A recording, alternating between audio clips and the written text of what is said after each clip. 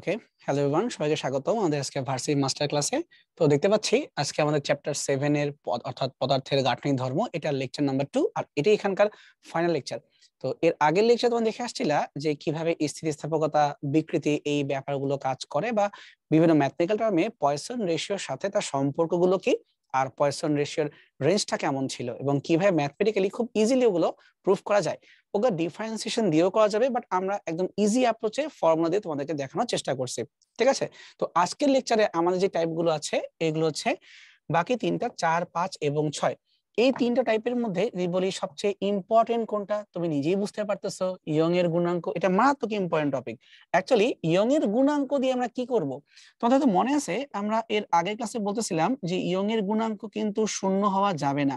এটাকে শূন্য ধরে নিয়ে জোর করে প্রুফ করছিলাম যে -1 থেকে শুরু করে সিগমার ভ্যালু হাফ পর্যন্ত হওয়ার কথা। তাহলে এই যে ইয়ং এর গুণাঙ্কটা শূন্য হতে পারে না, এই কথাটা এর আগের ক্লাসে বলছিলাম। আমি জানি না তোমরা এটাকে আরো পড়ছো কিনা বা চিন্তা করছো কিনা। ঘটনা হচ্ছে যে গুণাঙ্কটা আসলে কি বোঝাচ্ছে, গুণাঙ্কটা বোঝাচ্ছে যে কোনো একটা বস্তুকে যখন বল প্রয়োগ করব, বল প্রয়োগ করা মানে কি একটা চাপ প্রয়োগ করলাম, একটা পীড়ন তৈরি হইলো, অর্থাৎ ওই পীড়নটার কারণে ওর একটা বিকৃতি হওয়ার কথা। তাহলে পীড়ন আর বিকৃতি যে অনুপাত, এই সিম্পল ব্যাপারটাকে আমরা গুণাঙ্কের মধ্যে ফেলতে আগ্রহী।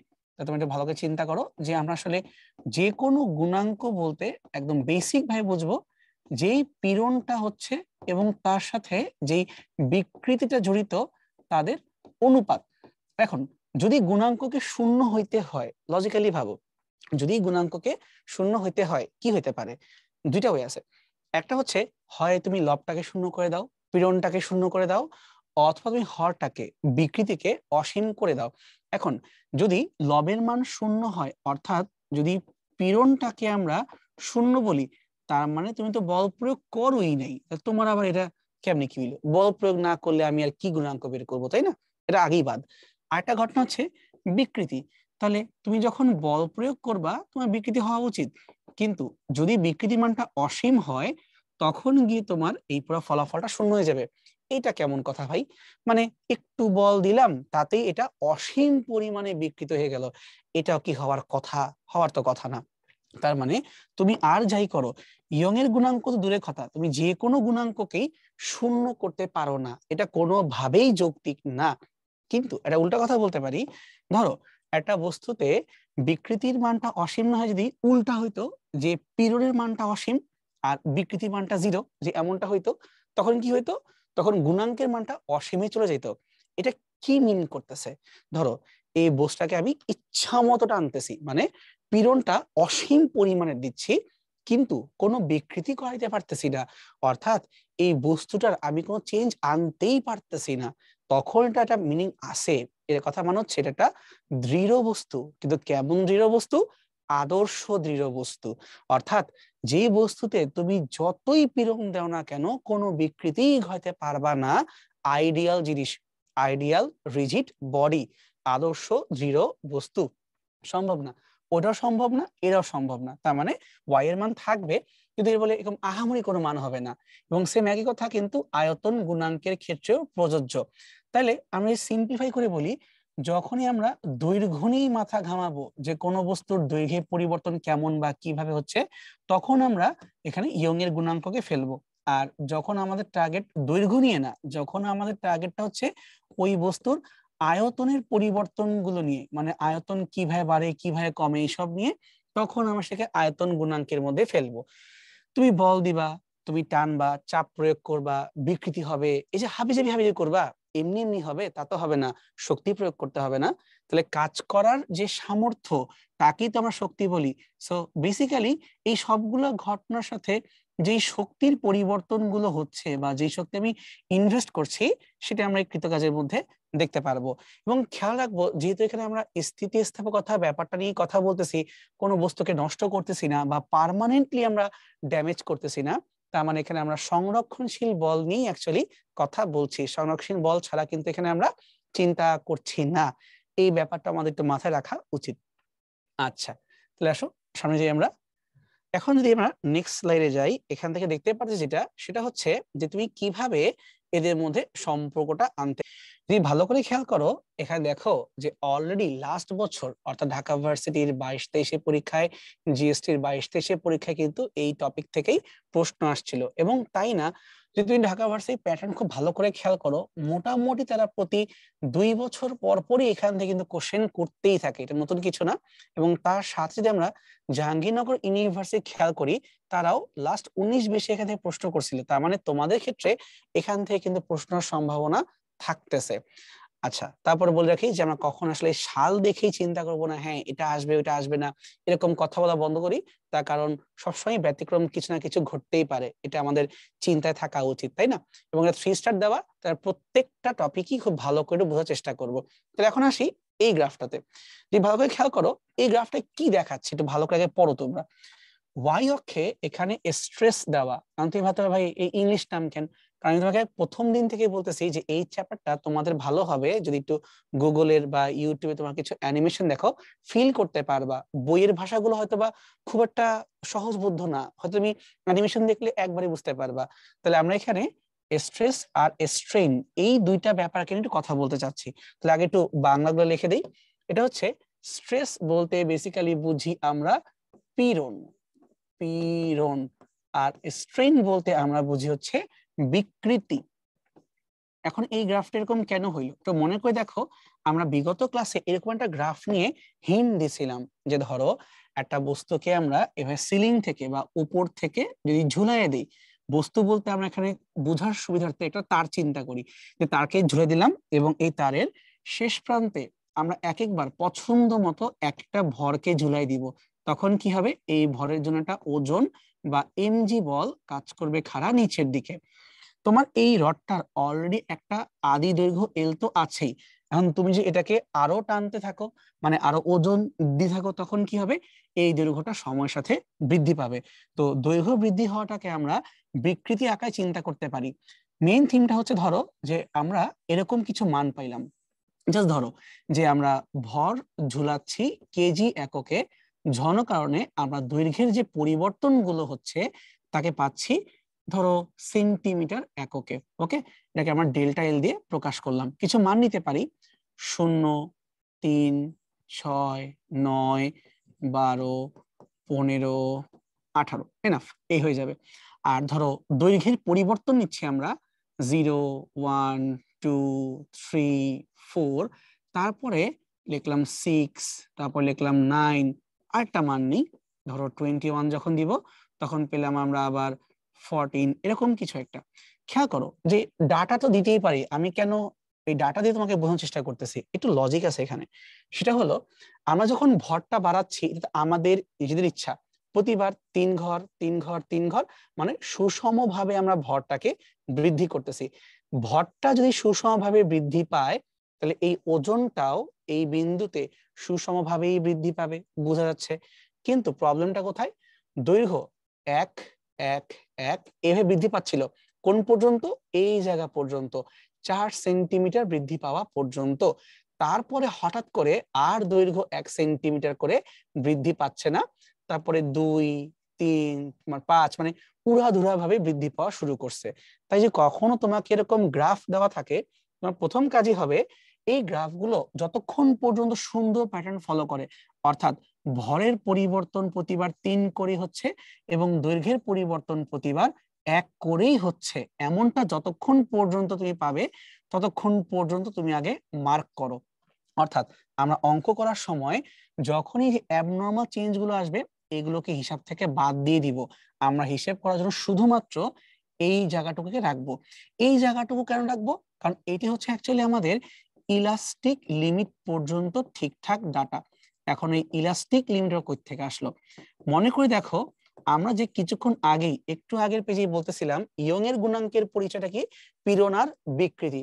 এই কথা কে বলছেন, এই কথাটা আসলে হুক সাহেবের বলা। হুক সাহেব বলছিলেন যে স্থিতি স্থাপক সীমার মধ্যে পীড়ন এবং বিকৃতি সমানুপাতিক, মানে তুমি সারা জীবন টানবা বড় হবে এই কথাগুলো সত্য না, একটা লিমিটের মধ্যে, সেই লিমিটটাই হচ্ছে ইলাস্টিক লিমিট অথবা স্থিতি স্থাপকতার সীমা। তাহলে যদি আমরা এতটুকু জায়গাকে মাথায় রেখে একটা গ্রাফ আঁকার চেষ্টা করি, একবার নিজেরাই ভাবো কিন্তু গ্রাফটা আঁকার সময় একটা জিনিস চিন্তা করতে হবে, সেটা হলো আমি তো আর ভর এবং দৈর্ঘ্যের পরিবর্তনকে গ্রাফে আঁকবো না। আমরা যে কাজটা করব, এই ভরটাকে কনভার্ট করব বলে, এফ এ কনভার্ট করব। কিভাবে করব? এই এমটাকে আমরা জি দিয়ে গুণ করব, তারপরে এই বলটাকে আমরা তারের যে ক্ষেত্রফল, সেই ক্ষেত্রফল দ্বারা ভাগ দিব। তাহলে কি পেয়ে যাব? আমরা এখান থেকে পেয়ে যাব পীড়ন। আর পীড়নকে ইংলিশে বলা হচ্ছে এখানে স্ট্রেস। পেয়ে গেলাম ওই যে পীড়ন, স্ট্রেস। এরপরে কি পাবো? এই যে ডেল্টা এল বা দৈর্ঘ্যের পরিবর্তন, এইটাকে যদি আমরা এভাবে মডিফাই করি, দৈর্ঘ্যের পরিবর্তনকে আদি দৈর্ঘ্য দ্বারা ভাগ দেই, এইটা কি বুঝাবে? এইটাই কিন্তু আমাকে বুঝাবে স্ট্রেইন অথবা বিকৃতি। আশা করি এখন বুঝতে পারছো যে গ্রাফটা কিভাবে বানানো হয়। আগে কোন এক্সপেরিমেন্ট করা হয়, স্ট্রেস আর স্ট্রেইন মানে সিম্পলি পীড়ন আর বিকৃতি, এটাকে ধরে গ্রাফে বসায় দেওয়া হয়। যখন বসানো হয় তখন দেখা যায় সকল ম্যাটেরিয়ালের ক্ষেত্রে মোটামুটি 0 থেকে কিছু দূর পর্যন্ত একটা সুন্দর সরল রৈখিক সম্পর্ক পাওয়া যায়। এইটার পরে কোনো ঠিক ঠিকানা নাই, কারো এইভাবে চেঞ্জ হয়, কারো এইভাবে চেঞ্জ হয়, কারো এইভাবে চেঞ্জ হয়, অনেক কিছু হইতে পারে। আমরা অ্যাকচুয়ালি ওইসব নিয়ে ভাবতে আগ্রহী না। আমাদের যত চিন্তা ভাবনা সব শুরু হবে মূল বিন্দু থেকে শুরু করে যতক্ষণ পর্যন্ত এই সম্পর্কটা লিনিয়ার, সোজা বা সরল রৈখিক হবে। যেই বিন্দু পর্যন্ত এই ঘটনাটা ঘটে, ওই বিন্দু পর্যন্ত এই জায়গাটাকেই বলি আমরা ইলাস্টিক লিমিট বা সিম্পলি স্থিতি স্থাপকতার সীমা। আমি যে সিম্পলি এখানে লিখে রাখলাম সীমা, ই সীমা মানে ইলাস্টিক লিমিট বা স্থিতি স্থাপকতার সীমা। এরপরে আমি আর জানতে আগ্রহী না।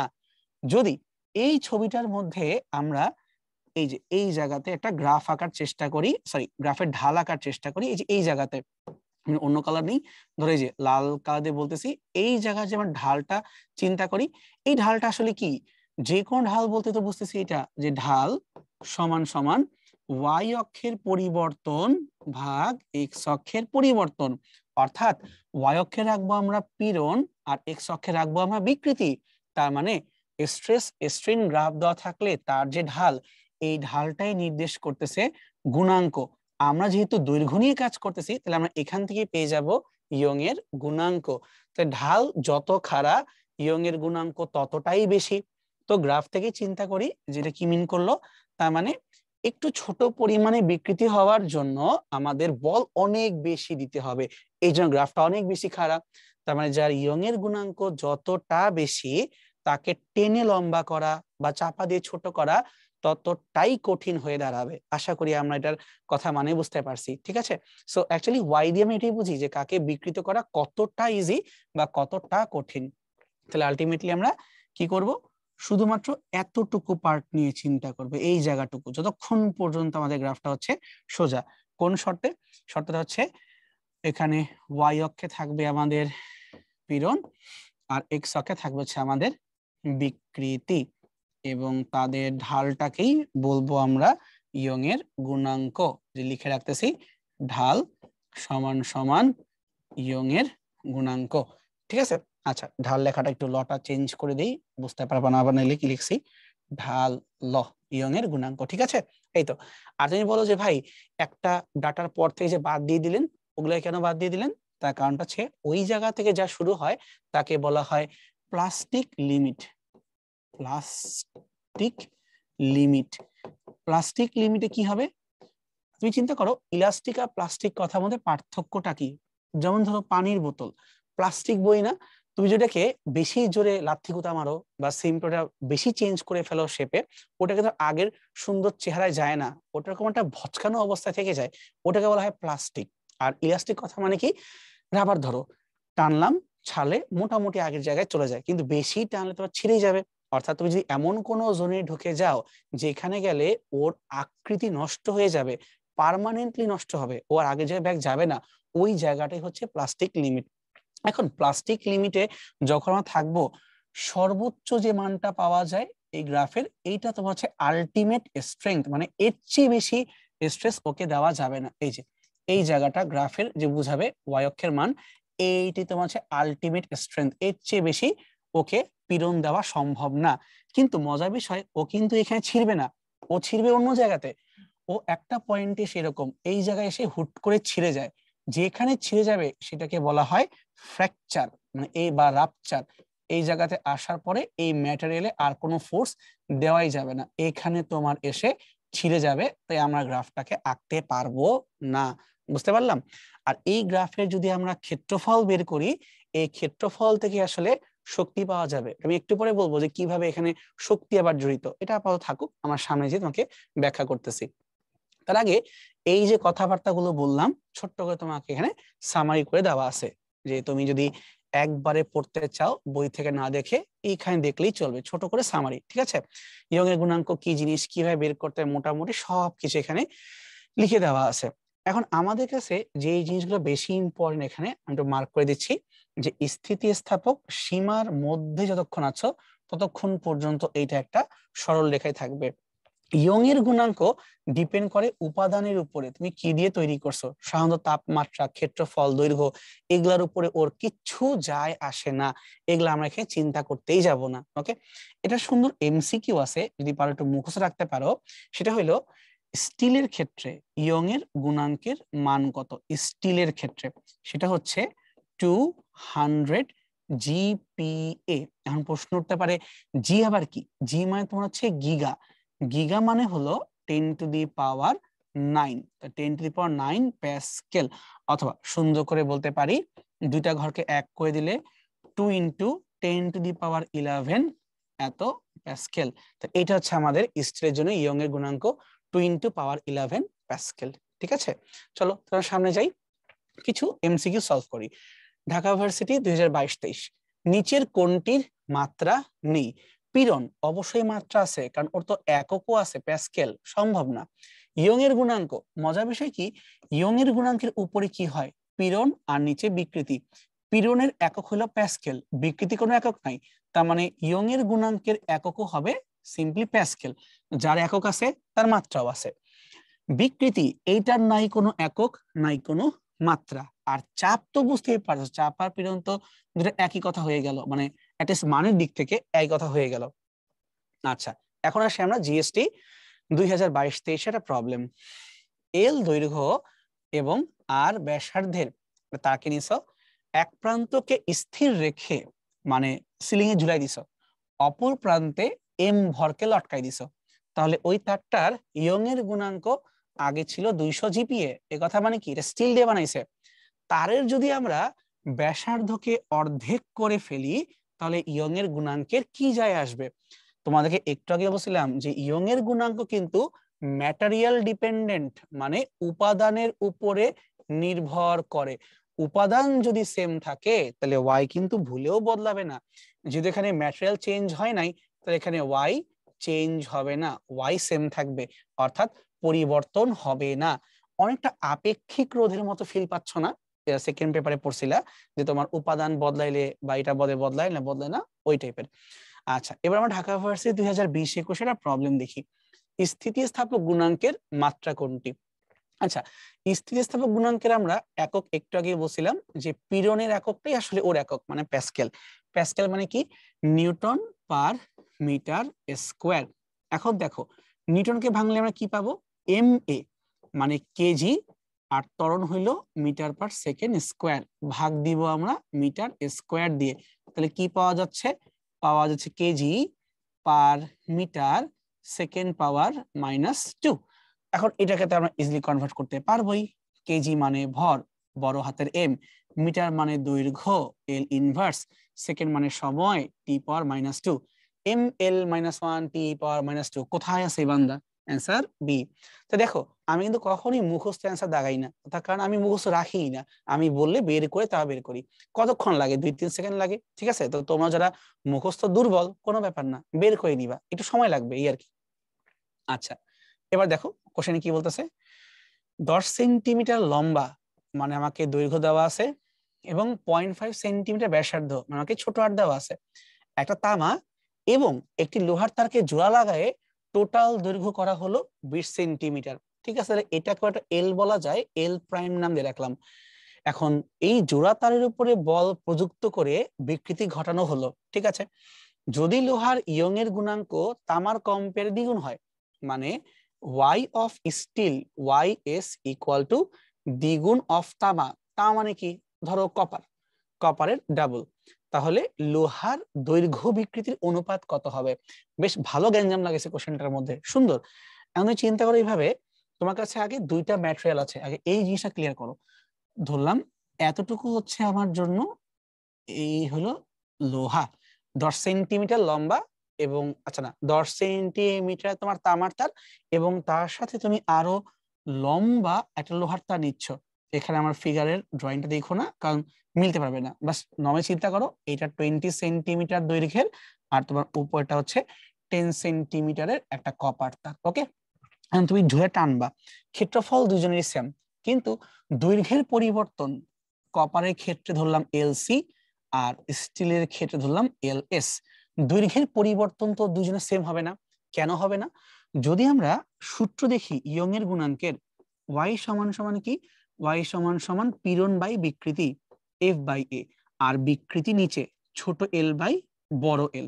ওয়াই এর সাথে এল এর সম্পর্কটা এখানে কিরকম, ওয়াই এর সাথে এখানে এল এর সম্পর্কটা কিন্তু ব্যস্তানুপাতিক, অর্থাৎ যার ওয়াই যত বেশি তার দৈর্ঘ্যের পরিবর্তন তত কম। আগেও বলছিলাম যে যত শক্ত ম্যাটেরিয়াল টানলে কিন্তু বদলানো খুব কষ্ট হয়ে যাবে, যে যত শক্ত তার পরিবর্তন তত কম হয়। ঠিক আছে, এখন দেখো তোমাকে বলছে যে লোহার ইয়ং এর গুণাঙ্ক তামার দ্বিগুণ হয়, তাহলে লোহার দৈর্ঘ্য বৃদ্ধির অনুপাত কত হবে? মানে লোহাটা কি তুমি আগে রাখার চিন্তা করতেছো, তাহলে ওয়াই এস ভাগ ওয়াই কপার সমান সমান, আমরা কি উল্টা করে বলতে পারি না যে এল বাই এল কপার, মানে এখানেও এল থাকবে এখানেও এল থাকবে, কিন্তু এল এর সম্পর্ক উল্টা, তাই এল কপার উপরে আর এল এস তোমার হচ্ছে নিচে। কথা কি বুঝতে পারছো কি লিখলাম? এলটা সুন্দর হয়নি, আমি আরেকবার লিখি এল এস, মানে এর সম্পর্কটা উল্টা। তাহলে আমি যখন মানটা বসাই দিই, স্টিলের গুণাঙ্কের মান কপারে কম্পেয়ারে দ্বিগুণ, এটা কিন্তু প্রশ্ন মতে বলাই ছিল, এই যে প্রশ্ন মতে বলাই ছিল, তাই মানটা বসালাম 2, তাই পক্ষান্তর করলে পাওয়া যাচ্ছে L S by L copper equal to half. উল্টায় গেছে, কারণ কপার বাই স্টিল ছিল 2, তাহলে স্টিল বাই কপার হচ্ছে তোমার হাফ, তাহলে অনুপাত কত হচ্ছে 1:2, উত্তরটা হলো 1:2, অর্থাৎ লোহার তারের বৃদ্ধির অনুপাত কপারের কম্পেয়ারে হবে হাফ। সো কপার বেশি বড় হয়ে যাবে, স্টিল কম বড় হবে। বুঝতে পারছি? এটা একদম সিম্পল জিনিস। সামনে আগে আমরা সাস্ট 2019-20 প্রবলেম। একটা নাইলনের দড়িতে 70 কেজি ভরের একজন পর্বত আরোহী ঝুলে ফেলছেন, এবং এটার কারণে তারের দৈর্ঘ্য 1.5 মিটার বৃদ্ধি পায়। মূল দৈর্ঘ্য যদি হয় 60 মিটার আর ব্যাস যদি হয় 9 mm, তাহলে ইয়ং এর গুণাঙ্ক কত? আগে লিখবো আমার সূত্র, ইয়ং এর গুণাঙ্ক বা ওয়াই সমান সমান পীড়ন বাই বিকৃতি, তাহলে F by A L by L, এটা হচ্ছে আমাদের মেন সূত্র, তাই না? এখন আমরা মানগুলো বসাই। এফ এর জায়গায় কি বসবে? এমজি, তার যে ওজন সেটা, এম হচ্ছে এখানে 70 কেজি আর জি এর মান 9.8, বড় হাতের এল মানে কি, আদি দৈর্ঘ্য 60 মিটার। এখন নিচে কি হবে? এরিয়া এবং ছোট হাতের এল। এরিয়া কিভাবে পাবো আমরা?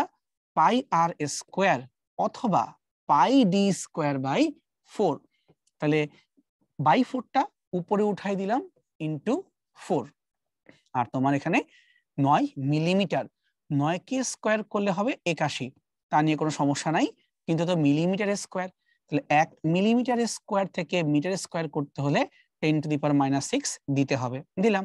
এখন লাগবে ছোট হাতের এল, অর্থাৎ দৈর্ঘ্য বৃদ্ধি, এটা 1.5 মিটার বৃদ্ধি পায়, তাই ভাগ করলাম 1.5 দিয়ে। এখন দেখো এটা কি কাটাকাটি করা সম্ভব? অসম্ভব বলবো না, কিন্তু একটু প্যারা হয়ে যাচ্ছে, এটা মুখে মুখে করতে গেলে বেশ কষ্ট হয়ে যায়।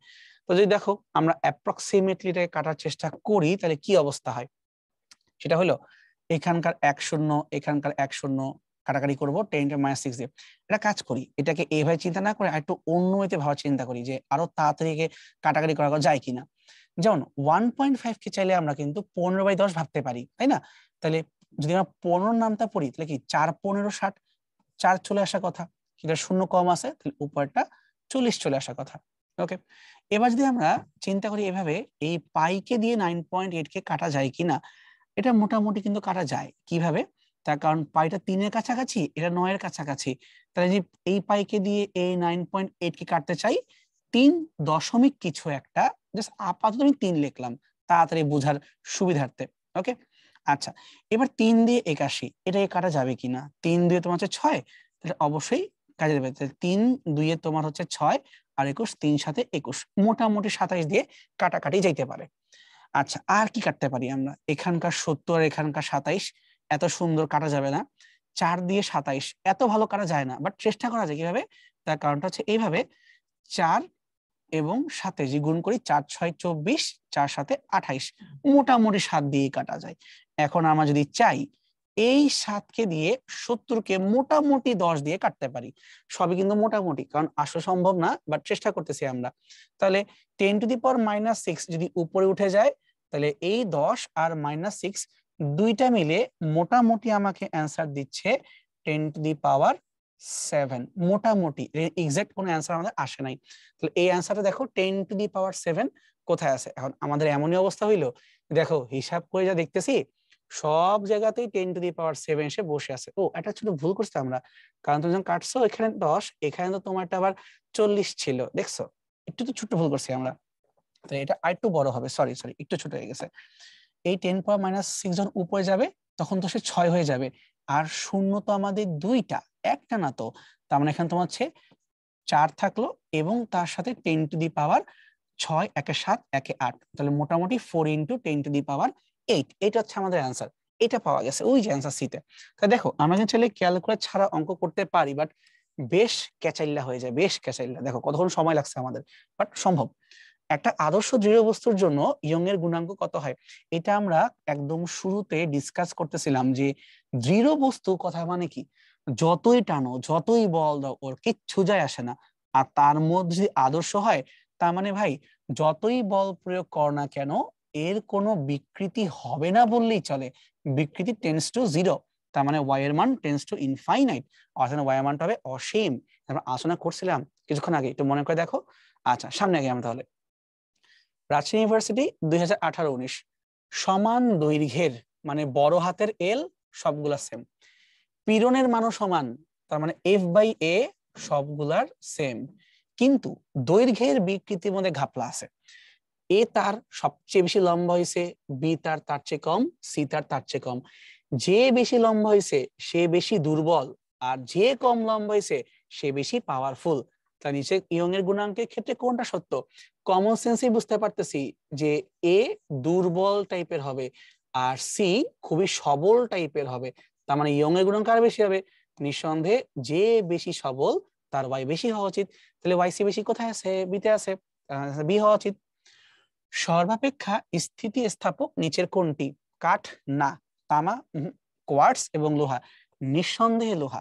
লোহার ওয়াই অনেক বেশি, কত আমরা বলছিলাম অ্যারাউন্ড 200 জিপিএ অথবা 2 × 10⁻11 প্যাসকেল, পড়ছি কিন্তু আমরা, তাই না? ঠিক আছে সামনে আগাই।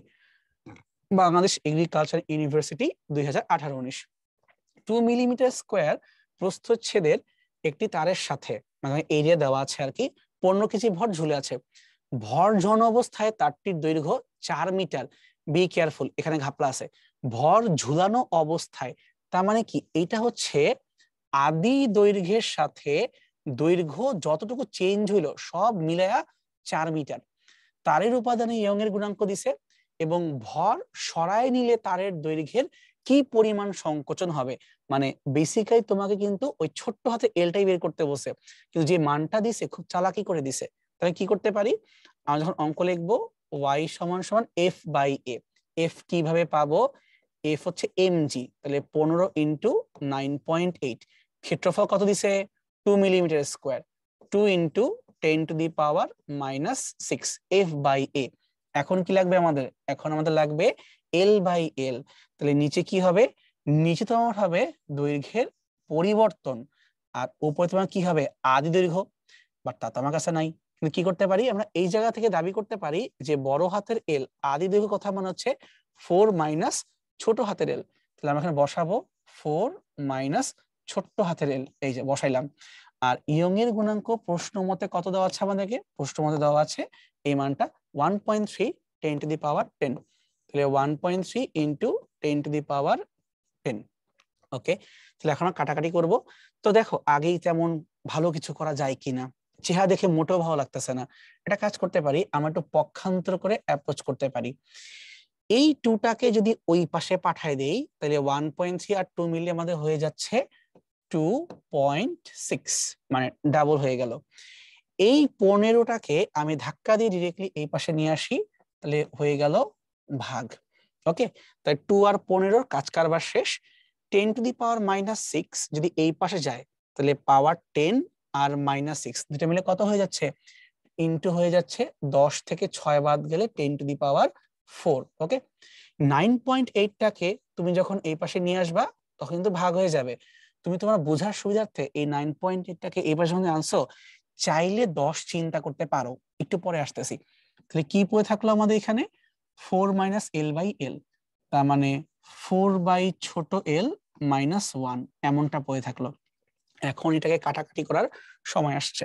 তাহলে আমরা একটা কাজ করতে পারি, এটাকে 9.8 আর 10⁻4 এটাকে 10-এর মতো চিন্তা করে একে কাটতে পারি 10⁻3, মানে কাছাকাছি করলাম আর কি। এবার 15 আর 26 জাস্ট ভাবার জন্য ভাবতে পারো মোটামুটি কি বলতে পারি। 15কে ডাবল করলে কত হয়, 30, তাহলে 2, কিন্তু আমার তো এখানে 30 নাই, মানে 26 দেওয়া আছে, সো বাই 10 দেওয়া, তাহলে তোমার সেটা 0.2, তাহলে কাটলে মোটামুটি পাবো আমরা 0.2, এটা আমরা ধরতে পারি। ওকে, তাহলে 0.2 আর 10⁻3 যদি আমরা গুণ করি তাহলে কি অবস্থা হবে, 0.2কে 10⁻3 দিয়ে গুণ করলে সিম্পলি 200 হয়ে যাচ্ছে, আর এই -1টা ওই পাশে গেলে প্লাস হয়ে যাচ্ছে, তাহলে 201 এমনটা আমরা পাচ্ছি, সমান সমান 4/l পেলাম। এখন যে পক্ষান্তর করি, তাহলে আমরা ছোট্ট হাতে l সমান সমান পেয়ে যাব 4/201। তুমি মোটামুটি চিন্তা করো, এটা 200, 4/200, তাহলে কত হয়, 4×5 = 20, মানে 1/50। তাহলে মোটামুটি এটা কি বলা যায়, 5×2 তোমার হচ্ছে 100, তাহলে তোমাদের এখানে 2 শূন্য মিসিং আছে, মানে 50 দিয়ে 100, তাহলে 0.02, তাহলে মানটা মোটামুটি 0.02 মিটারের আশেপাশে যাওয়ার কথা। এবং এটা কোথায় আছে, কপাল আমাদের বেশ ভালো, এই যে অ্যান্সার এ 0.0025। আচ্ছা, একটা মনে হচ্ছে ভুল করলাম, এখানে 1/50 যদি আমরা চেক দিই, একটা কাজ করি, পুরো অঙ্কটাকে একবার রিচেক দিয়ে দেখি যে কোনটা হওয়া উচিত এখানে, কারণ প্রত্যেকটা মানে বেশ কাছাকাছি। তাহলে আমরা এখানে এইটা না দিয়ে এখানে উত্তরটা বি এমনটা হওয়া উচিত, মানটা মারাত্মক ক্রিটিক্যাল ছিল। একটা কাজ করি, আমরা একটু ক্যালকুলেটরে চেক করে দেখি, আমার হিসেবে অ্যান্সারটা আসছে অ্যান্সার বি, বাট তাও একবার ক্রস চেক দিয়েই নেই। তোমরা সবসময় বাসার চেষ্টা করবা আগে অঙ্কগুলো হাতে করার পরে এরপরে ক্যালকুলেটরে চেক দিয়ে দেখতে কি অবস্থা হয়। 4 - α(x) divided by 2 into 10⁻⁻6 into হচ্ছে তোমার এখানকার এক্সেট্রা। তাহলে এখন আমরা সলভ করে ফেলি 0.02। দেখি কি অবস্থা কি আসে, একটু ওয়েট করো। হ্যাঁ, 0.0224, পারফেক্ট, মানে আমরা যা বের করছি একদম কাছাকাছিই গেছে। তো একবার ক্রস চেক দিয়ে নিলাম ঠিক আছে কিনা, একদম ঠিক আছে। ওকে, ডান। তার মানে পরীক্ষা আসলে একটু সময় লাগবে, বাট পারা যাবে, বেশি পেন খাওয়া লাগতেছে। একটা তারের ইয়ং এর গুণাঙ্ক দেওয়া আছে, তারের দৈর্ঘ্য এত% বাড়াতে, এত% বাড়াতে মানে কি, তুমি চেঞ্জ করতে চাচ্ছ, তার মানে তুমি বিকৃতির মানটা বলতেছো 7.5%। যদি এটাকে আমরা 100 দিয়ে ভাগ করি, 2 ঘর আগায় যাবে, তাহলে 0.075 কি পরিমাণ পীড়ন প্রয়োজন হবে। ঠিক আছে, তাহলে y সমান সমান কি, পীড়ন বাই বিকৃতি। আমরা যদি বিকৃতিকে y দ্বারা গুণ করি তখনই তো আমরা এই পাশের পীড়নটাকে পেয়ে যাব। তাহলে 4-এর সাথে গুণ করতে হবে 0.075। ওকে, তাহলে 4 ইন্টু 0.075, এত কষ্ট না করে আমরা চাইলে এটাও বলতে পারি 75 ডিভাইডেড বাই 1000। এটা করলে পেয়ে যাব আমাদের পিওনের মানটা কত। ঠিক আছে, এটা কিন্তু 25 দিয়ে সুন্দর কাটাকাটি করা যায়। কিভাবে, 3×25 = 75, আর তোমার হচ্ছে 4×25 = 140। এরপরে আমরা কি করতে পারবো, আমরা এখানে 4 দিয়ে 40কে 10 দিয়ে কাটতে পারবো, সো 3/10, তাহলে 3/10 মানে 0.3। তাহলে আমাদের এখানে উত্তর শূন্য চলে আসছে 0.3 নিউটন পার মিটার স্কয়ার।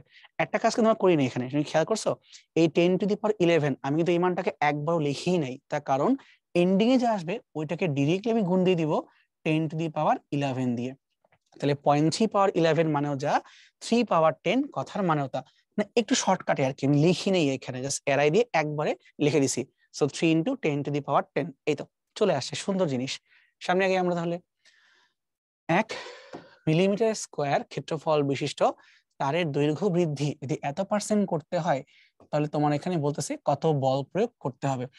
বল প্রয়োগ যখন বলে তখন তো আবার তোমাকে এরিয়া দিয়ে গুণ করা লাগবে, তাই না?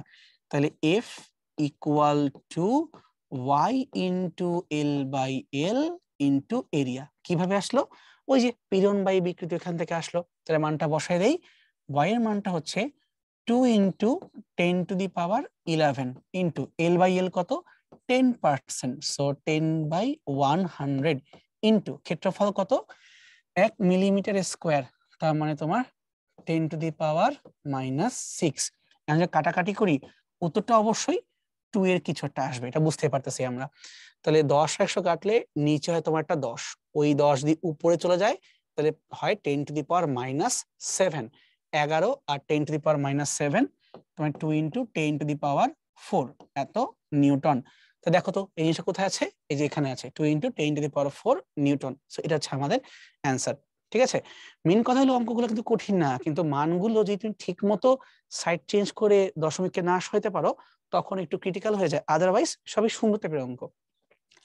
10⁸ নিউটন পার মিটার স্কোয়ার এত পীড়নের প্রয়োগে 1 মিটার দীর্ঘ তারের দৈর্ঘ্য এতটুকু বৃদ্ধি পায়, তারের ইয়ংয়ের গুণাঙ্ক কত? ডিরেক্টলি আমাদেরকে F by A L by L করতে বলা হচ্ছে। তো এফ বাই এ তুমি এখানে কতটুকু পীড়ন ক্রিয়েট করছো এটাই তো এফ বাই এ, মানে 10⁸ এত পীড়ন প্রয়োগের ফলে 1 মিটার দীর্ঘ তারের দৈর্ঘ্য 10⁻³ বৃদ্ধি পেল। তাহলে এখানে বিকৃতি কত হবে 10⁻³ 1 মিটারের সাপেক্ষে। একটা লিখলি কি না লিখলি কি, তাহলে কাটলে কত আসতেছে 10⁻8 এবং 3 11। তাহলে এখানে আমাদের এত হচ্ছে এখানকার প্যাসকেল, 10⁻11 প্যাসকেল।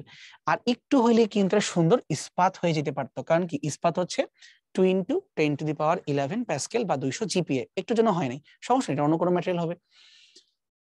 3 মিটার দীর্ঘ এবং 1 সেন্টিমিটার স্কোয়ার ক্ষেত্রফলের ইয়ংয়ের গুণাঙ্ক দেওয়া আছে, কিন্তু এটা ঘাপলা আছে, খেয়াল করছো? এখানে যে হুট করে আবার ডাইন পার সেন্টিমিটার দিয়ে রাখছে, তো এটা কিন্তু প্রবলেম। আমরা প্রথমে যে কাজটা করব, আমরা হচ্ছে এই ডাইনটাকে রূপান্তর করব। কিভাবে? ডাইন হচ্ছে সিজিএস একক, এসআই একক না। কিভাবে কনভার্ট করতে হয় নিউটন থেকে ডাইনে? 10⁻5 ডাইন সমান সমান হচ্ছে 1 নিউটন, এটা মাথায় রাখবো। ওকে, তাহলে এখন আমরা অঙ্কে আসতেই পারি। তোমাকে দীর্ঘ মানে এল, এরিয়া, ওয়াই, পরিবর্তন সবই দিছে, খালি বসে বলের মানটা বের করে দাও। তাহলে আমরা জানি যে বল বের করতে হয় তাহলে Y into L by L into area, এই কাজটা করতে হবে। তাহলে ওয়াই এর মানটা কত?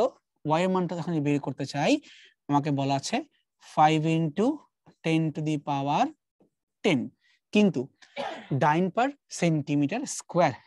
তাহলে ডাইন থেকে কিভাবে আমরা নিউটন করতে পারবো? 10⁻⁻5 দিতে হবে, কারণ কি ডাইন থেকে নিউটন, তাই 10⁻⁻5। আর নিচে 1 সেন্টিমিটার, তো আবার স্কোয়ার, তাই 10⁻⁻4 মিটার স্কোয়ার। এটা গেল আমাদের ওয়াই এর মান। এর সাথে গুণ করব ছোট্ট এল বাই বড় এল। দেখো বলছি তো তারের দৈর্ঘ্য তুমি 6 সেন্টিমিটার বাড়াইতে চাও, আর তোমার আদি দৈর্ঘ্য ছিল 3 মিটার। তাহলে 6 সেন্টিমিটারকে যদি 300 সেন্টিমিটার দিয়ে ভাগ দেই তাহলে কি হয়ে গেল না? তোমরা বলো না ভাই এটা তো আপনি মিটার করলেন না, দরকার নাই, কারণ আমি তো রেশিও করলাম না। তাহলে সেন্টিমিটারকে সেন্টিমিটার দিয়ে ভাগ দিয়ে তোমার রেশিও গায়েব হয়ে যাবে, 10 মিটার কি দরকার? তাই আমরা এটা করলাম। এখন গুণ করব কি দিয়ে? এটা গুণ করবো আমরা ক্ষেত্রফল দিয়ে। ক্ষেত্রফল বলা আছে 1 সেন্টিমিটার স্কোয়ার, তার মানে 10⁻⁻4 মিটার স্কোয়ার। এইবার আমরা কাটাকাটি শুরু করতে পারি। 10⁻⁻4 10⁻⁻4 কাটাকাটি হয়ে গেল। আর কি তুমি কাটতে পারবে দেখো তো? এখানে 6 দিয়ে 300 কে কিন্তু কাটাকাটি করা যাবে, কারণ কি 5 6 30, তাহলে 5 6 30 50। এখন যে আরেকটু কাটি আমরা, এই 5 দিয়ে এই 50-কে 10 এভাবে কাটা যাবে। ঠিক আছে, তাহলে যা কাটাকাটি করার করে ফেলছি, এখন জাস্ট ফাইনাল ভ্যালুটা বসাবো। উপরে 10⁻10 10⁻⁻5, তো যোগ বিয়োগ করে 10⁻5, আর নিচে 10, তাহলে 10⁻5 থেকে একটা 10 বাদ দিলে 10⁻4। তাহলে অ্যান্সারটা হচ্ছে আমাদের শুধুমাত্র 10⁻4। অ্যান্সার তো এখন খুঁজে পাওয়া যাচ্ছে না, এটা বিপদ হয়ে গেল, মিস করলাম। এবার চেক করি আমরা এখানে পাওয়ার 10 পাওয়ার -5 আর হচ্ছে 10, না এটা তো উত্তর মিলতেছে না। এটা কাজ করি আমরা ক্যালকুলেটর একবার চেক করি।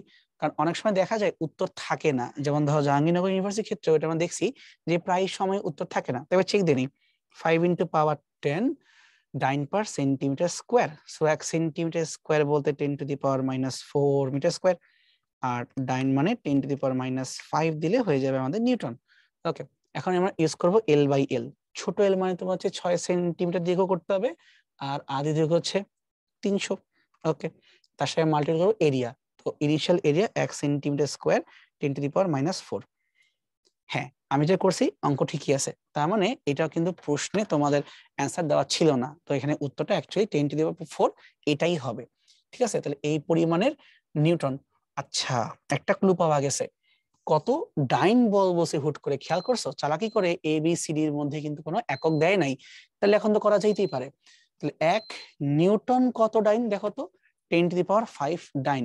তাহলে এখন যদি আমি এটার সাথে আরো 10⁵ অ্যাড করে দেই, তখন 5 আর 4 কত হবে, 10⁹ ডাইন। সুন্দর, এটা তাহলে উত্তর আমাদের কাছে অ্যাকচুয়ালি আছে। এই লাইনটা দেখে চোখে পড়লো, হ্যাঁ উত্তর আছে, এই তো 10⁹ আমার অঙ্ক ঠিক আছে, অ্যান্সারও আছে। আচ্ছা, 10 মিটার লম্বা এবং 1 mm ব্যাসার্ধ বিশিষ্ট তারকে 100 নিউটন বল দ্বারা টানা হলো, তারের দৈর্ঘ্য যতটুকু বৃদ্ধি পাবে নির্ণয় করো যদি y হয় এত। আচ্ছা, তাহলে আমরা যদি বের করতে চাই y সমান সমান f/a l/l, তোমার কাছে এসে কতটুকু চেঞ্জ হয়, সো ছোট্ট এল তোমাকে বের করতে বলতেছে, তাহলে উপরে fl গুণ থাকবে আর তোমার নিচে হচ্ছে ay, এটা করতে হবে। ঠিক আছে, তাহলে আসো এখন আমরা একটু মানগুলো বসাই দেই। তোমাকে এফ ক দেওয়া আছে দেখো তো, 100 নিউটন তোমাকে দেওয়া আছে, এটা এই পাশে লিখি কারণ জায়গা নাই। এফ তোমার হচ্ছে 100, এবার লাগবে আমাদের বড় হাতের এল, তাহলে তোমার হচ্ছে 10 মিটার লম্বা, ভাগ দিব এরিয়া এবং তোমার ওয়াই দিয়ে।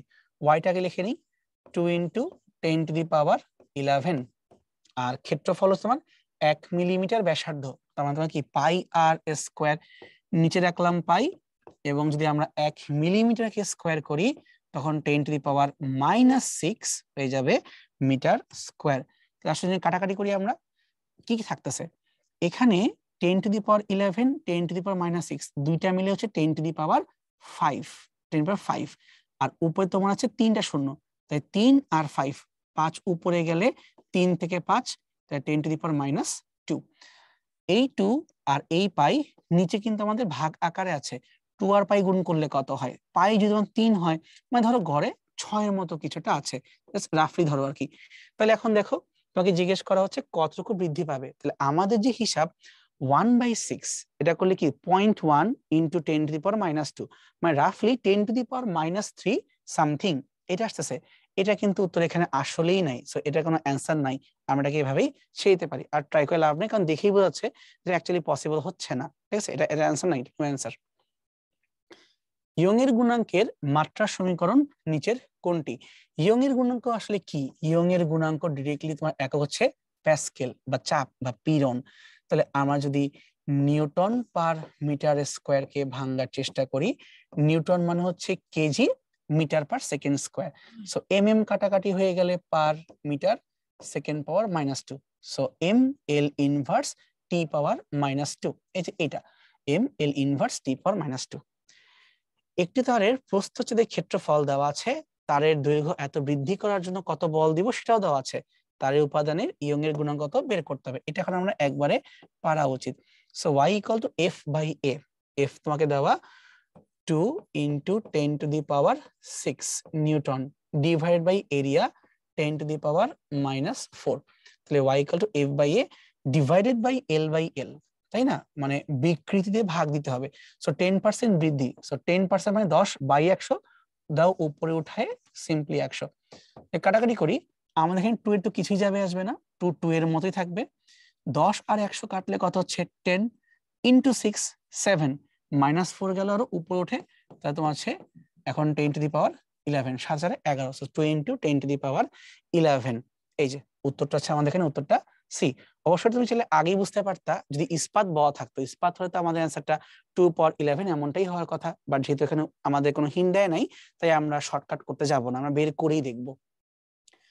এল দৈর্ঘ্য এবং আর ব্যাসার্ধের এটাই তার ইয়ং এর গুণাঙ্ক ওয়াই, তারের দৈর্ঘ্য যদি l/2 করি এবং ব্যাসার্ধকে যদি আমরা r/2 করি, তাহলে ইয়ং এর গুণাঙ্ক কত হবে, কিচ্ছু বদলাবে না, কারণ ম্যাটেরিয়াল তো বদলায় নাই, তুমি যতই কাটো যতই বড় করো কিচ্ছু যাবে আসবে না, ওয়াই ওয়াই ছিল, ওয়াই ওয়াই থাকবে। যে পদার্থের বাধাদানকারী বল বেশি সেই পদার্থের স্থিতি স্থাপকতা কিরকম হবে, বেশি না কম, আন্ত আকর্ষণ কম নাকি ঘনত্ব কম? অবশ্যই তার স্থিতি স্থাপকতা বেশি, তার কারণ হচ্ছে তার ইয়ং এর গুণাঙ্ক বেশি, তাই তোমার বেশি, কম অবশ্যই হবে না। আচ্ছা, ছোট প্রবলেম সলভ করি।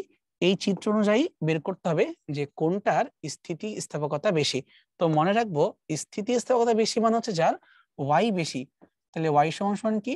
ওয়াই সমান সমান তোমার হচ্ছে উপরে পীড়ন এফ বাই এ আর নিচে বিকৃতি এল বাই এল। এখানে তোমাকে দুইটা বস্তু দেওয়া আছে, একটা কাজ করি, আমরা এটাকে ধরে নেই এ হিসেবে, এ পদার্থ, এটাকে ধরে নিচ্ছি এ, আর এটাকে আমরা ধরে নিচ্ছি বি। ঠিক আছে, তাহলে এখন যদি আমরা ওয়াই এ বের করার অ্যাটেম্পট নেই, তাহলে খেয়াল করো তো, তোমাকে এখানে চাপ কোথায় দিচ্ছে, পীড়ন এই যে এইখানে এক্স অক্ষে, আর বিকৃতি কোথায়, এই যে ওয়াই অক্ষে।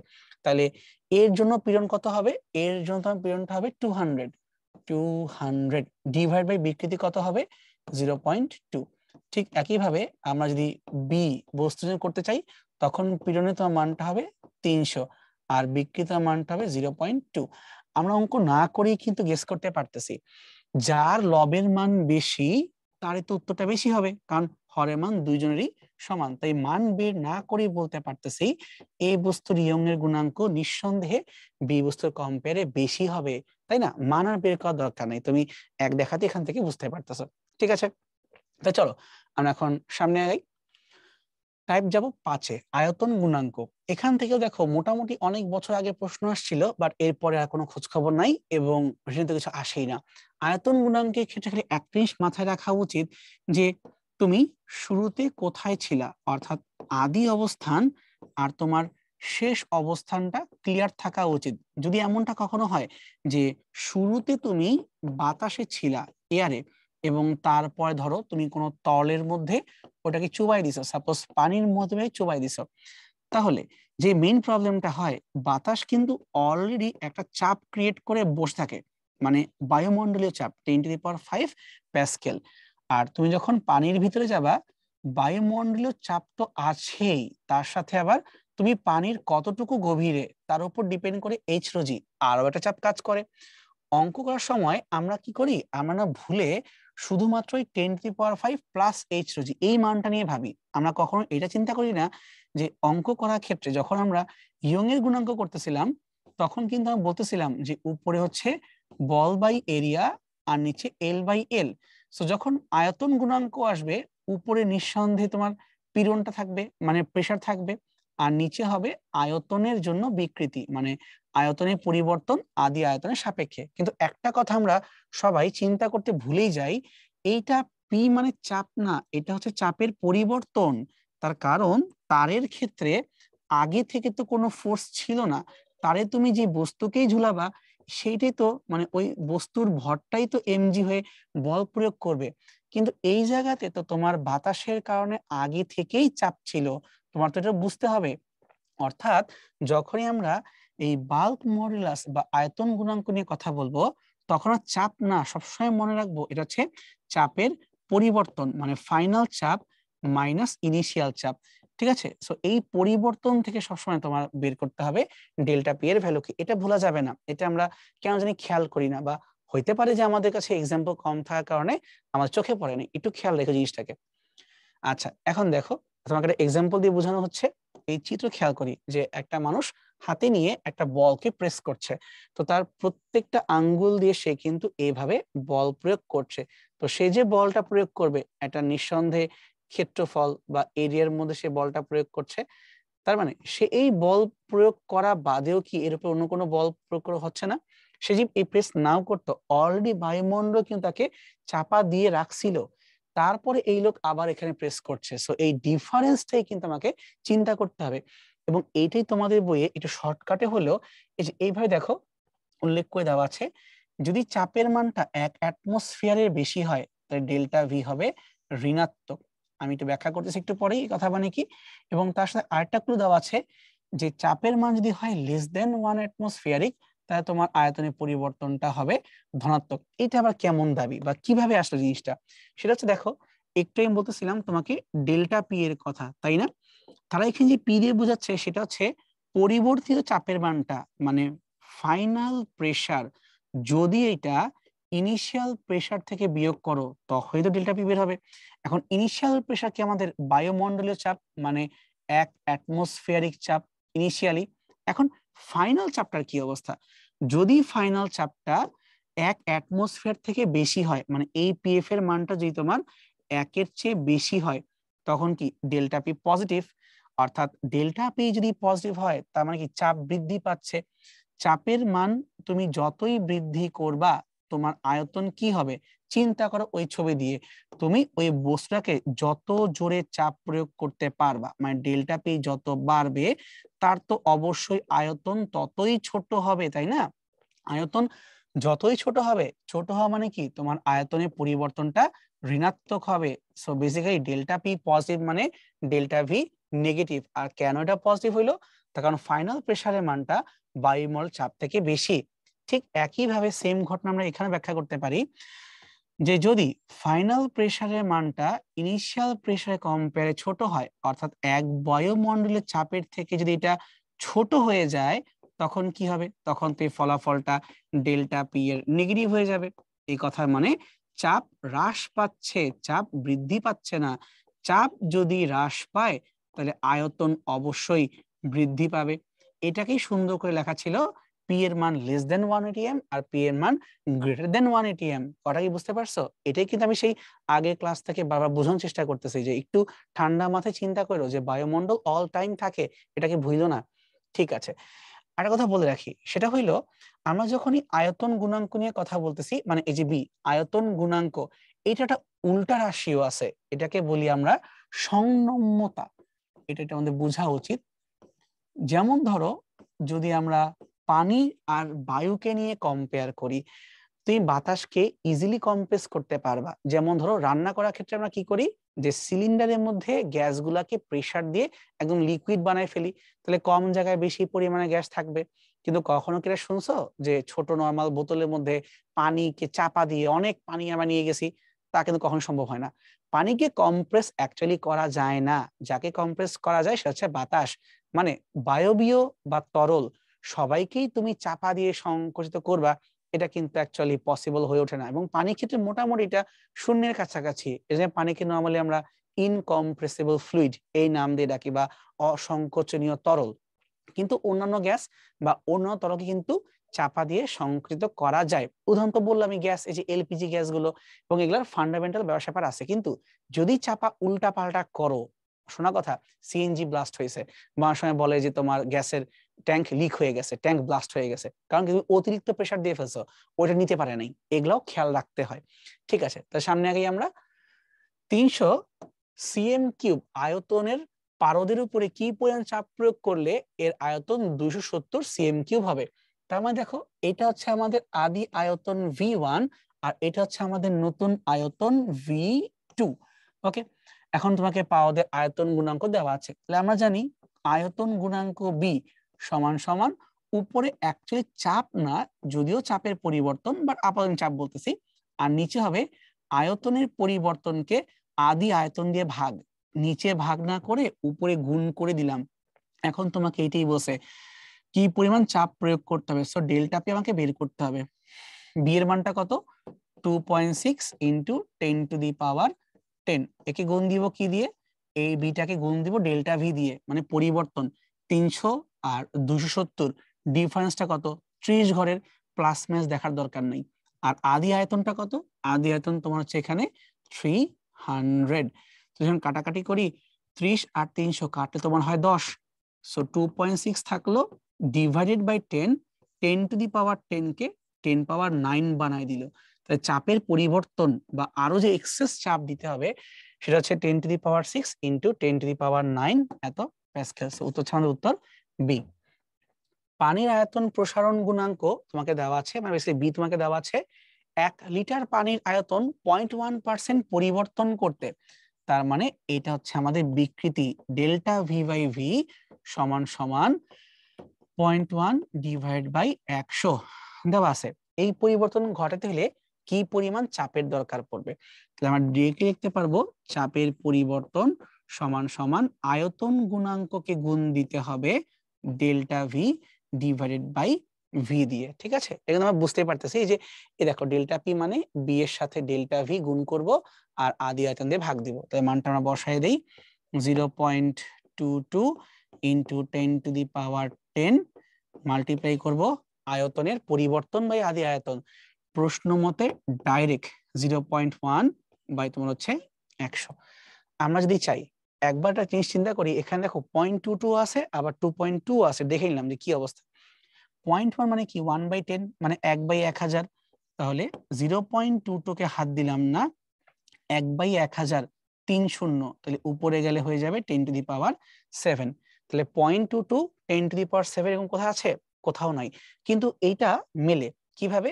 7 থেকে একটা শূন্য ওকে দিয়ে দাও, তাহলে কি হয় 2.2 ইন্টু 10⁻6, একটা ঘর ওকে দিয়ে দিলাম। সো 2.2 10⁻6 এত প্যাসকেল। ঠিক আছে, এই তো আশা করি আমরা জিনিসটা বুঝতে পারছি এখানে কি করতেছি। ঠিক আছে, তো সামনে আগাই।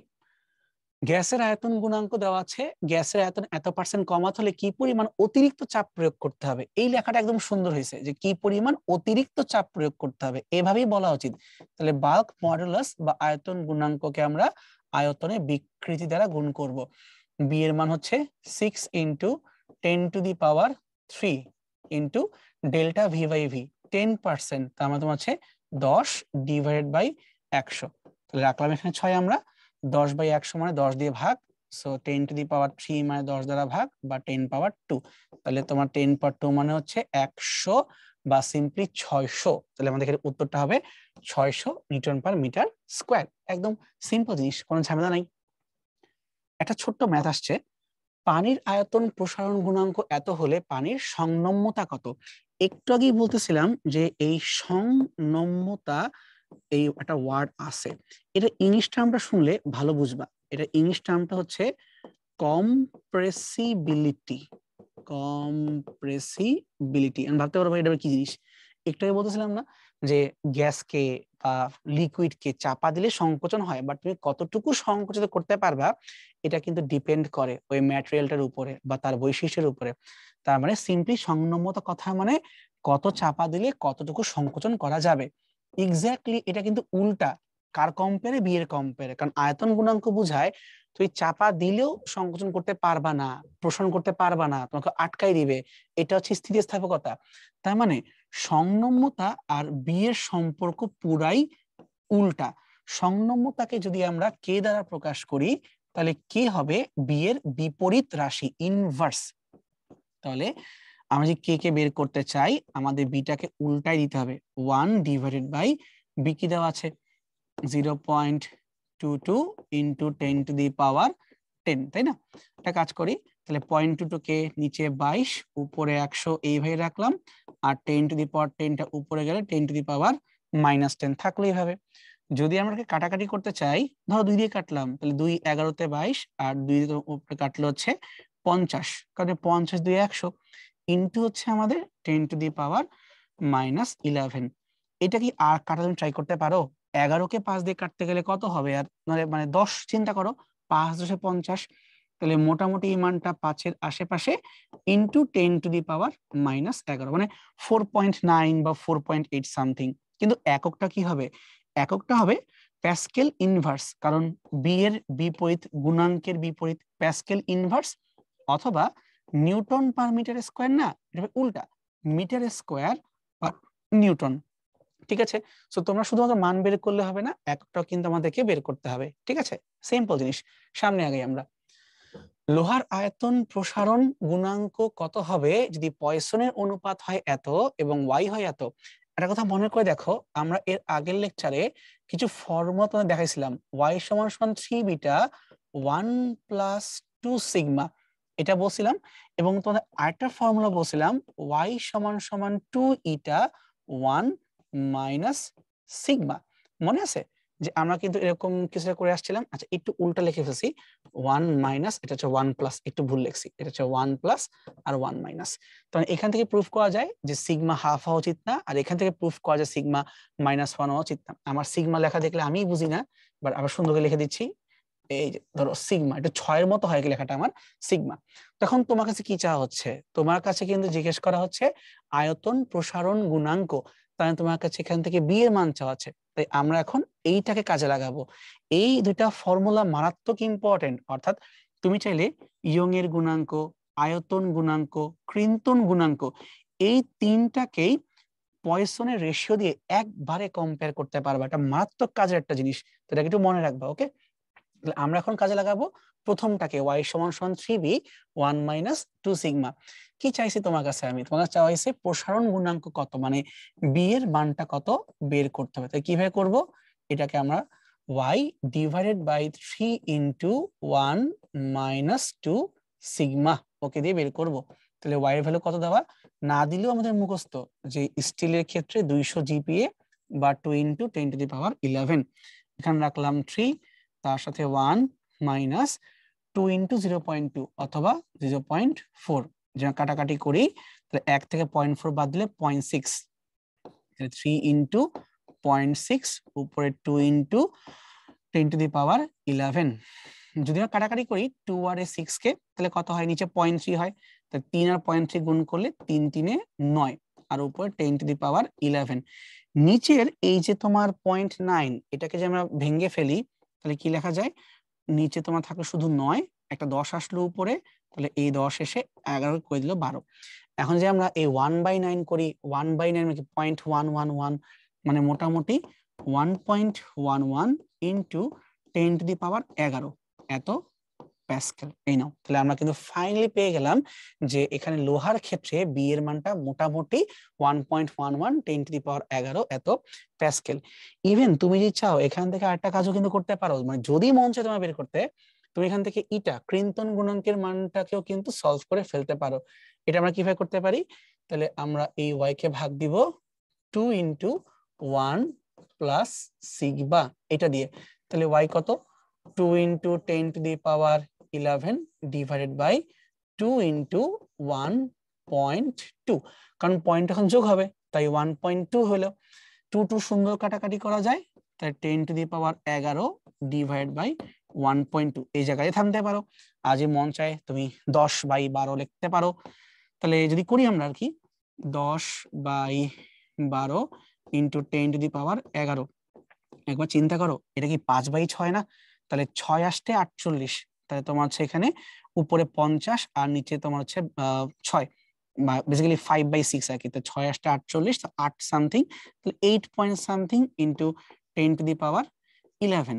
কিন্তু 11 কেন হবে না? একটা ঘর তুমি ওকে আবার দিয়ে দিবা, কারণ তো 8 পয়েন্ট কে বানাই ফেলছো, মানে 8 পয়েন্ট বানাই ফেলছো, 10 টু দি পাওয়ার 10, মোটামুটি এরকম মানটা আসবে এত প্যাসকেল। তো আমি কিন্তু এটা এক্স্যাক্টলি করতেছি না, আমি কিন্তু এটা অ্যাপ্রক্সিমেটলি, মানে মুখে দেখে যা মনে হচ্ছে আর কি কাছাকাছি, ওইটা আমরা যাওয়ার চেষ্টা করতেছি। ঠিক আছে, ওকে, সামনে আগে আমরা এখন সাথে কৃতকাজ বের করার টপিক এটা আসবো। কৃতকাজ বের করার ক্ষেত্রে যেই ব্যাপারটা আমাদেরকে খেয়াল রাখতে হবে সেটা হচ্ছে এই বল এবং সরণ, এই গ্রাফটার যে ক্ষেত্রফল, এই ক্ষেত্রফলটাই কিন্তু অলওয়েজ কৃতকাজকে ইন্ডিকেট করে। ঠিক আছে, কিন্তু এমনও হতে পারে যে কোনো কারণে হয়তোবা তোমার গ্রাফটা এই 0 0 এখান থেকে শুরু নাও হইতে পারে। এই গ্রাফটা কিভাবে ক্ষেত্রফলকে ইন্ডিকেট করে ভালো করে খেয়াল করি। যদি আমরা গ্রাফের এরিয়া বের করতে চাই তাহলে কি হবে? হাফ ইন্টু ভূমি ইন্টু উচ্চতা। তাহলে ভূমি মানে কি? এক্সটেনশন, যেই পরিমাণের দৈর্ঘ্য বৃদ্ধি পেল। আর ওয়াই অক্ষ মানে কি? যেই পরিমাণের বল প্রয়োগ করলা। তাহলে হাফ ইন্টু ফোর্স ইন্টু দৈর্ঘ্য বৃদ্ধি, এটা হচ্ছে আমার এখানকার এরিয়া। আর এই এরিয়াটি কিন্তু আমাদের জন্য এখানে কৃত কাজ, সো হাফ এফএল। এখন তুমি যদি সেম জিনিসটাকে চাইলে আবার স্প্রিং এর ক্ষেত্র আনতে পারো, তাহলে হাফ এফ এক্স, বা এফ এর জায়গায় কে এক্স বসাই দিলেই হাফ কে এক্স স্কোয়ার। বুঝতে পারছো? এখন এই এফ আর এলটাকে তুমি যদি চাও তাহলে এইভাবেও লিখতে পারো, এই যে হাফ ইন্টু এফ ইন্টু এল। কৃতকাজটা এই পর্যন্ত আসছে না?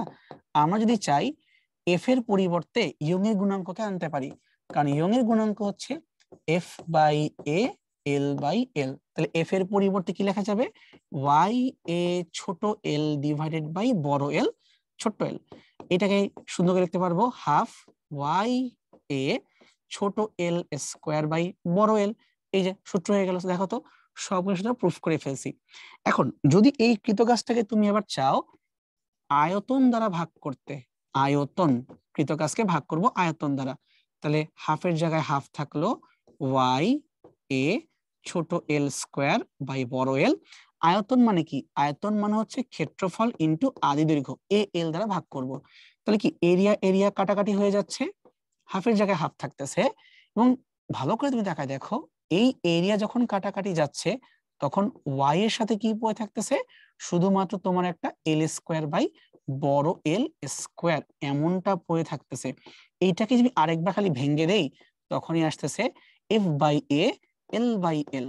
কারণ Y into L by L কথার মানে কিন্তু হচ্ছে পীড়ন, মানে সিম্পলি গুণাঙ্কের সাথে বিকৃতিকে গুণ, একটা বিকৃতি গুণ করলে পাওয়া যায় পীড়ন।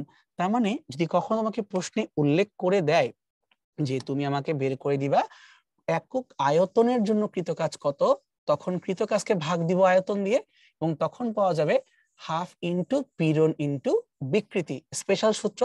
আর যদি সাধারণ কৃতকাজ বের করতে বলে তখন কিন্তু এটা হবে না, তখন হবে half into F into L, বা সোজা বাংলায় half Y A L square by বড় হাতের এল। সো কোশ্চেন না দেখে অ্যান্সার করবা না, এটা চোখেই পড়ে না, আমরা ইগনোর করে ফেলি। আচ্ছা, ছোট প্রবলেম সলভ করে ফেলি। এল দৈর্ঘ্যের আর এই প্রস্থচ্ছেদের তারকে ছোট এল পরিমাণ প্রসারিত করতে কৃতকাজটা কত? তাই ডাব্লিউ সমান সমান তোমার হচ্ছে ফোর্স ইনটু যেই পরিবর্তন তুমি ঘটাবা। ফোর্সের জায়গায় কি লেখা যাবে, একটু আগে দেখো যে লিখছিলাম ফোর্সের জায়গায় ওয়াই এ ছোট এল বাই বড় এল। তাহলে ওয়াই এ ছোট এল বাই বড় এল দৈর্ঘ্যের পরিবর্তন। ওয়াই কনস্ট্যান্ট, বড় এ কনস্ট্যান্ট, আদি দৈর্ঘ্য কনস্ট্যান্ট, শুধু ছোট এলটা কনস্ট্যান্ট না, মানে দৈর্ঘ্যের পরিবর্তন ডিপেন্ড করতেছে যে তুমি কতটুকু বল প্রয়োগ করো তার উপরে। তাহলে জিরো থেকে ছোট এল পর্যন্ত আমরা পরিবর্তন ঘটাবো। তাহলে ওয়াই এ বড় এল আদি দৈর্ঘ্য পড়ে থাকলো, এটাকে ইন্টিগ্রেট করে চলে আসবে এল স্কোয়ার বাই 2। আর যখন আমরা লিমিট বসাবো জিরো থেকে ছোট এল, জিরো তো বসা লাভই নেই, দরকার নেই। তাহলে এইটি কিন্তু দেখো আবার আগের মতো হয়ে গেল, হাফ দিয়ে ওয়াই এ ছোট এল স্কোয়ার বাই বড় এল। তার মানে আমরা এই প্রসারণের যে কৃতকাজ বা দৈর্ঘ্যের পরিবর্তনের যে কৃতকাজ চাইলে ইন্টিগ্রেশন দিয়েও করে ফেলতে পারি। এগুলা কেন পারা উচিত, কারণ ঢাকা ভার্সিটি পরীক্ষায় রিসেন্ট টাইমে এই প্রুফ গুলো আসা শুরু করছে।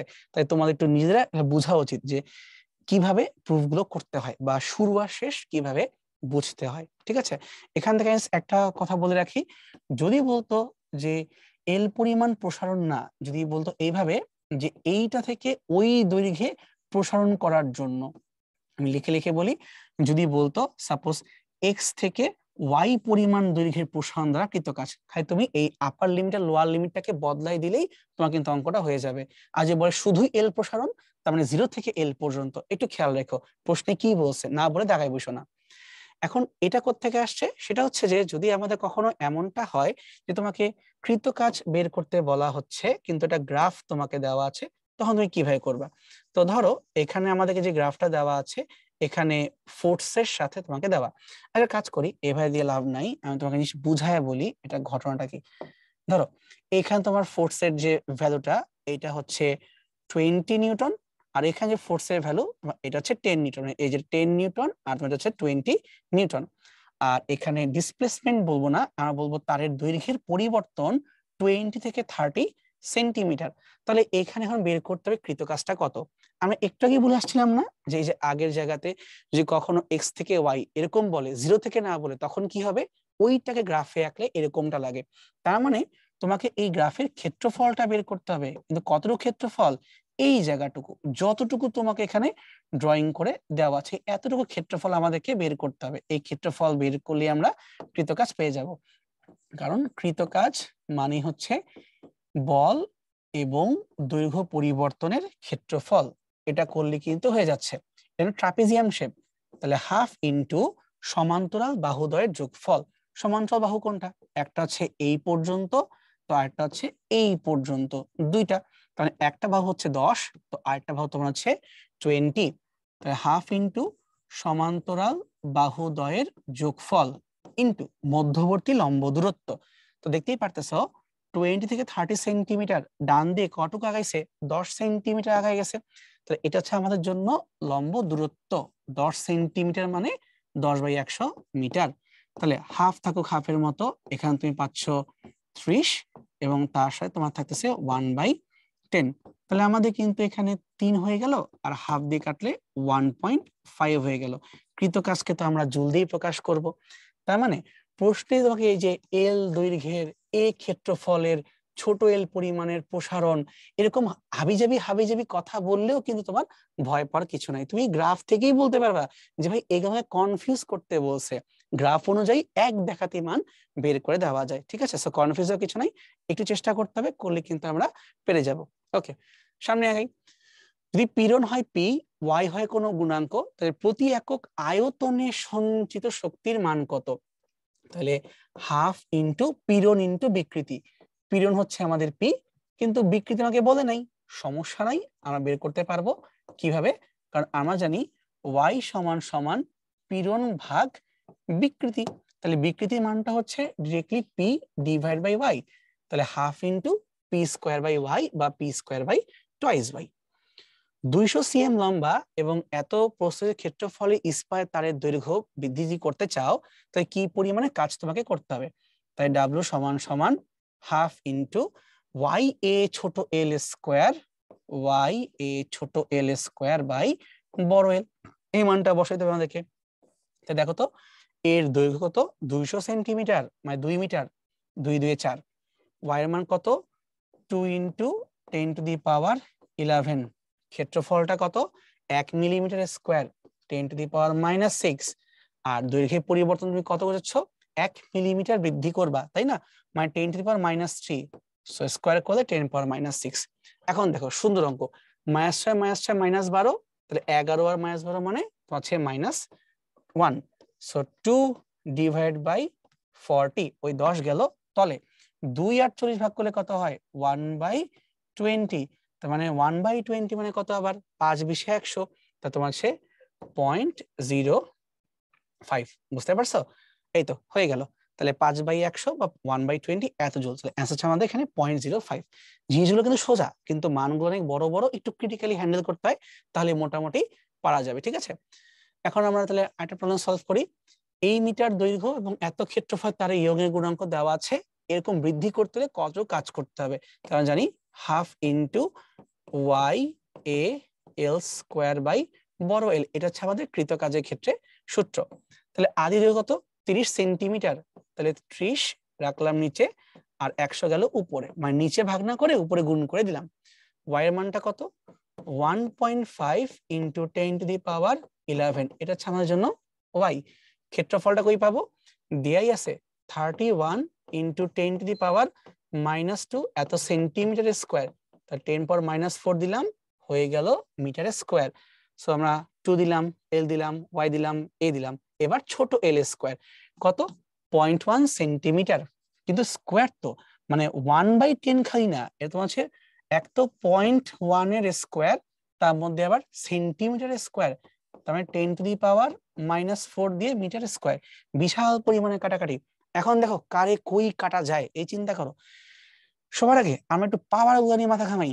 1.5 আর 30, তাহলে কত হয়? 15কে ডাবল করলে হয় 30, কিন্তু আমার তো একটা দশমিক আছে, তাই হয়ে গেল 20।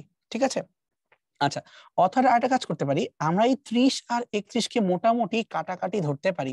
ঠিক আছে, এটা না করি, আমরা 30 আর 31 কে বলতে পারি মোটামুটি কেটে গেছে। ওকে, আচ্ছা, এখন আর কি করা যেতে পারে?